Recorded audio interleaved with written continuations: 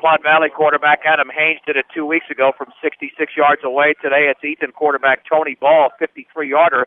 That culminated a 4-play, 66-yard drive in 1:44 seconds, and the Reds lead 7-0. But I guess the Bee Diggers have that comfort knowing that this happened to them 2 weeks ago, and they responded and passed the test with flying colors. Well, we just have to hope so. Sometimes you get a little bit shell-shocked when that happens to you. We'll have to see how the offense rebounds. Alaman to kick it off. That's a line drive headed towards Hansen. He's got it at the 10. Running left, fakes the handoff to Rosenbrock across the 30-yard line, and he's hit at the 35. Excellent return for Shea Hansen, a return of 25 yards.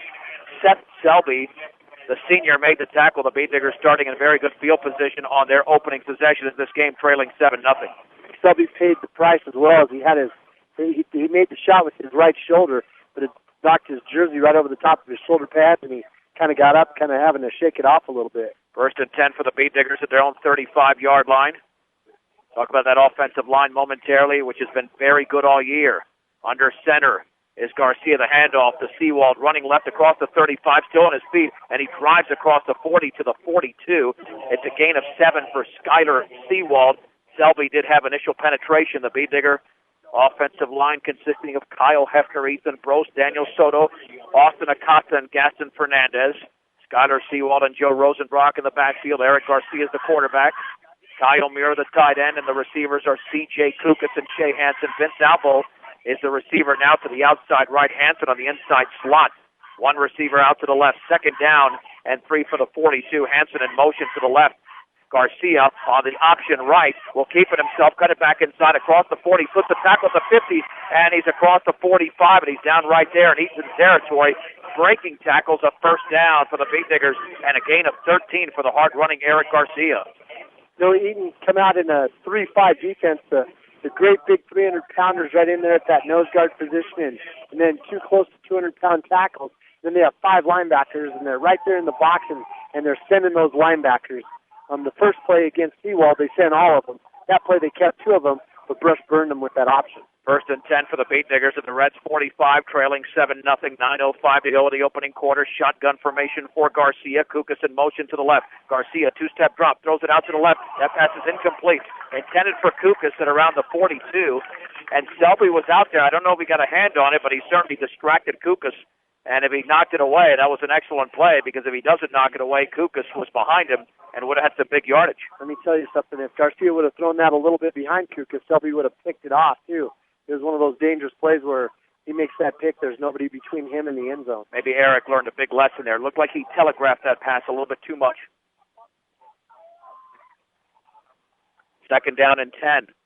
In motion to the right is Kukas from the 45 of Eaton. Handoff right up the middle, and Rosenbrock running with a fight, like Dave said last week, across the 40, like he's in a fight to around the 37.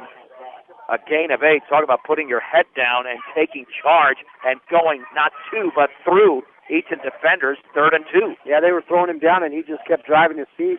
Brush lined up that time in that same formation they've been using the last couple of weeks with the tight end, that split out a little bit wider and a slot in between them. So they're really trying to stretch that Eaton defensive line out. 3rd down and 2 from the Eaton 37. Get in the backfield are Seawald and Rosenbrock. Garcia now backing off from center, and now he's going to call a timeout. Brought to you by Edwards Wright Price Market in Flowerland at 1201 East Platte Avenue in Fort Morgan. Stop by and get what you need to refuel on game days at Edwards Wright Price Market in Flowerland. Bee Diggers have called timeouts in these situations before, but I think it could be more frequent in this game only because we expect a competitive game, and anytime you expand the offense, Dave, I think there's going to be times where there's some confusion or periods where you're unsure, and I'm guessing that was something there because Garcia got up to the line of scrimmage, and all of a sudden something wasn't right. Yeah, he looked around and saw his personnel and called the timeout. They were in a 400 formation, remember, where they have a split and a flanker over on the right side. And he stepped up there, he looked around, and he didn't even waste a second, did he? He just called timeout right away. And that's a smart move, Instead of trying to make something happen, there's no need to do that. 3rd down and 2 for the Bee Diggers at the Reds, 37-yard line, 8:20 to go in the opening quarter. Tony Ball has a 53-yard run for the quarterback position for the Reds, and they lead 7-0. Rosenbrock and Seawald are split behind Garcia, who's under center. In motion to the left is Kukas. Garcia will hand it off on the counter to Rosenbrock, running left, and he dives across the 35 to the 34. First down, a gain of 3. Not much there for Joe Rosenbrock, but he used his head and his brains to make sure that he got that first down, as the initial hit was made by Caleb Selby, the senior. And Rosenbrock picks up 3. You know, Brush just they faked the trap up the middle and then ran off tackle with Rosenbrock over on the left side. And he had to wait for his guard to pull out there to kick that defensive end or that outside linebacker. He had to wait for that block to happen before he could cut it up inside. And he was just alert. You know, he got there a little bit first, and then he kind of waited for that block to happen and gave him a push with his right hand and then dove behind him.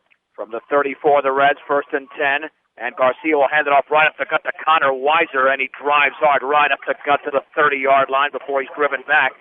Selby made the hit once again, along with Tyler Batt, the 6'2", 182-pound junior linebacker. 2nd down and 6 for the Beat Diggers. Yeah, they just have some beef up there on that line. Eric Clare, he's a tackle, 6'3", 230 pounds. He's playing their left tackle position. Like I said, the 300-pounders right there in the middle.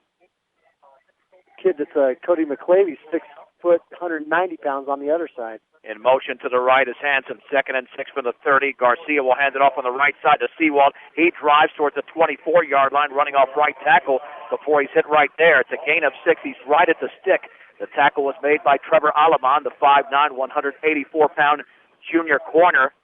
And I believe they're going to say it's 3rd and, that looks like a foot to go for the Beat Diggers, just shy of the Eaton 24. Yeah, he had a great run there. Again, that looked a lot like Rosenbrock's run, didn't it, where he waited and then he used his hands to help push the blocker by as he cut it upfield. 6:43 to go, opening quarter. Eaton leads Brush 7-0 on 3rd down. Handoff right up the gut. First down, Rosenbrock breaks a tackle, and he breaks a 2nd and a 3rd, and he drives to around the 15-yard line. That's a hard gain of 9 yards for Joe Rosenbrock and a Beat Digger first down when he only should have had 2 or 3. Exactly. You know, he just kept driving his feet. And what was neat about watching that, if you can imagine him stopping completely and then just using his strength to break a tackle, and then all of a sudden in a yard or two he just accelerates to top speed before he runs into somebody else. So it was just a huge, powerful run. The Bay Diggers have run 8 plays, 7 on the ground. They had an incomplete pass. Garcia remains under center. 1st and 10 for the Eaton 15. Seawald back in there after Weiser took a break. Kukas is in motion to the left. Garcia on the pitch left to Rosenbrock. Gets a block over there from Acosta. Swings it to the outside. He's at the 10-yard line. Cuts it back to the 5. He dives towards the end zone. He's short of the end zone, but he's got a 1st and goal for the Beat Diggers inside the 5 to around the 2-yard line. Another excellent run over there by Joe Rosenbrock. You know, it was all him, too, once he got out there, because his blockers all did a really good job of stealing everybody off and letting him get out there and turn the corner at the sideline. But if you notice, it was a smart run because he gave up a little bit of ground to run around that defender before he turned it up at the sideline. 13 yards for Joe Rosenbrock. It's 1st and goal at the 2. And Weiser is now in that backfield with Rosenbrock. This is going to be a give to either one of those two, I would imagine. On 1st and goal, handoff left side, Weiser. He's hit at the 1. Did he get across the goal line? He did. Touchdown for the Beat Diggers. Or is Eaton saying that they've recovered a fumble, but the official on the far side is ruling a touchdown for the Beat Diggers, a 2-yarder for Connor Weiser, and it's a 1-point game, 7-6 Reds. Yeah, all you got to do is cross the plane of the goal line with the football. After that, if you fumble it later, it doesn't matter. Good job running there. It was a 47 where Rosenbrock, he got him up to the goal line, and then he made the big block kicking that outside linebacker out so that Weiser could run it up inside. Jesus Cardenas to attempt the extra point to tie this game. The Beat Diggers, as they did against the Broncos of Platte Valley 2 weeks ago, responded with a touchdown of their own. Garcia holds it down. That kick is up. It's a beauty, and it is good.